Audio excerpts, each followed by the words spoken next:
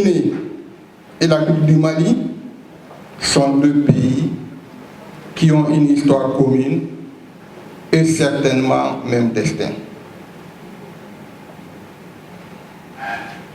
L'un de ces destins communs se caractérise par le fleuve Niger et ses affluents.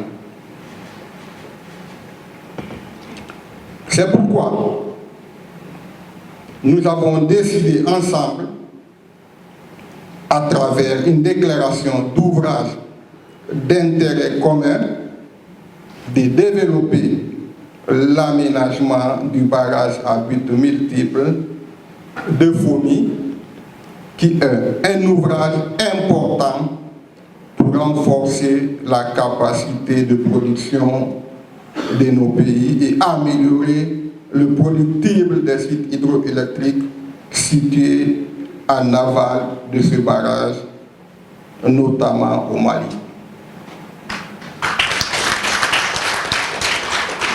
Cet aménagement contribue en plus aux objectifs d'irrigation, de navigation et de pêche dans nos États et même au-delà. Permettez-moi d'accentuer sur la réalisation de ce barrage. Il y a 3 mois, mon cher frère, le ministre de l'Énergie, de l'Eau, des Mines, monsieur Lamine Saïd Traoré, nous étions ensemble à Kankan, une préfecture de la Guinée, où nous avons tenu la 7e session de mise en place de mécanismes pour le financement et la mise en œuvre de barrages de Fomi.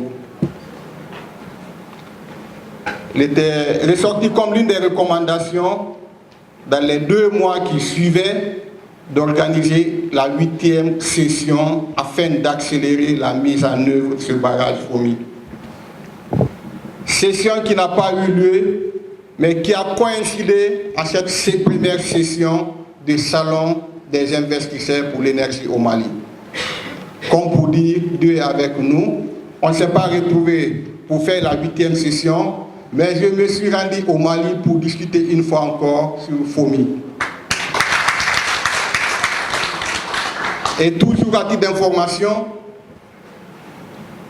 pour la mise en œuvre du barrage à but multiple de Fomi, il y a 1 mois, 2 mois, nous avons reçu l'entreprise qui avait déjà commencé à réaliser les travaux sur le site à Folon, pratiquement à 50 km de Kankanville, qui a encore réaffirmé sa volonté, sa détermination à réaliser ce barrage.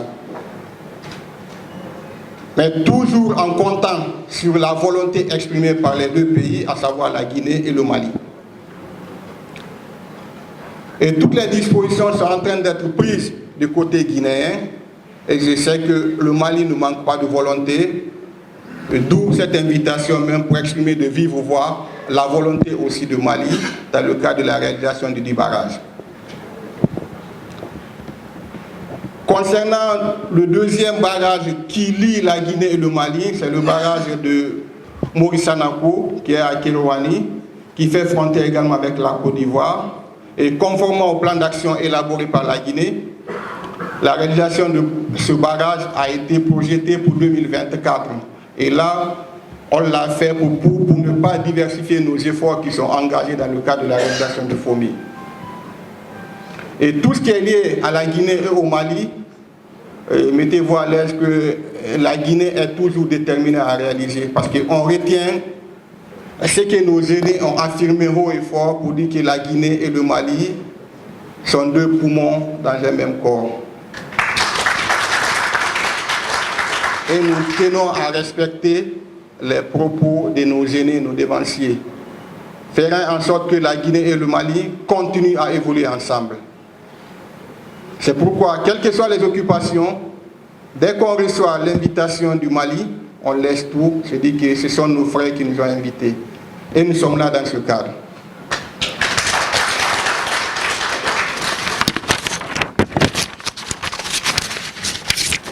Mesdames et messieurs,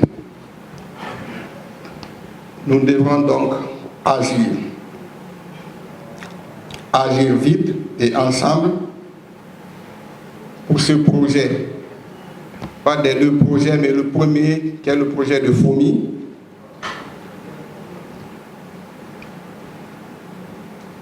Qui doit nous permettre de renforcer aussi l'interconnexion, parce que le mix énergétique au Mali, je sais que même si ce n'est pas dit de façon ouverte, vous avez également tenu compte de la possible interconnexion avec le FOMI une fois réalisée.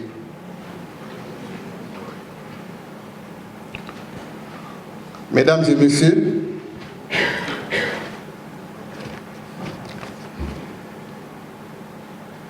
je voudrais saisir cette opportunité pour transmettre salutations du colonel Mamadi Doumbouya, président de CNRD, président de la transition, chef de l'État de la République de Guinée, à son frère, colonel Assimi Goïta, président de la transition, chef de l'État du Mali, et tout le peuple malien, pour le soutien, la collaboration et la coopération qui a toujours existé et qui continue à exister entre nos deux pays. Monsieur le ministre, vous voudrez bien vouloir transmettre la profonde gratitude pour la marque d'hospitalité apportée à ma délégation, ainsi que les salutations, comme je l'ai annoncé tantôt, fraternelles et amicales du colonel Mamadi Doumbouya au colonel Assimi Goïta. Je ne saurais terminer cette allocution sans féliciter et remercier les organisateurs, plus particulièrement à la Direction nationale de l'énergie et la Société Énergie du Mali pour la réussite de cet événement. Encore une fois, merci, Monsieur le ministre Lamine Seydou Traoré, pour cette invitation et l'hospitalité légendaire du peuple malien. Merci à vous. Merci.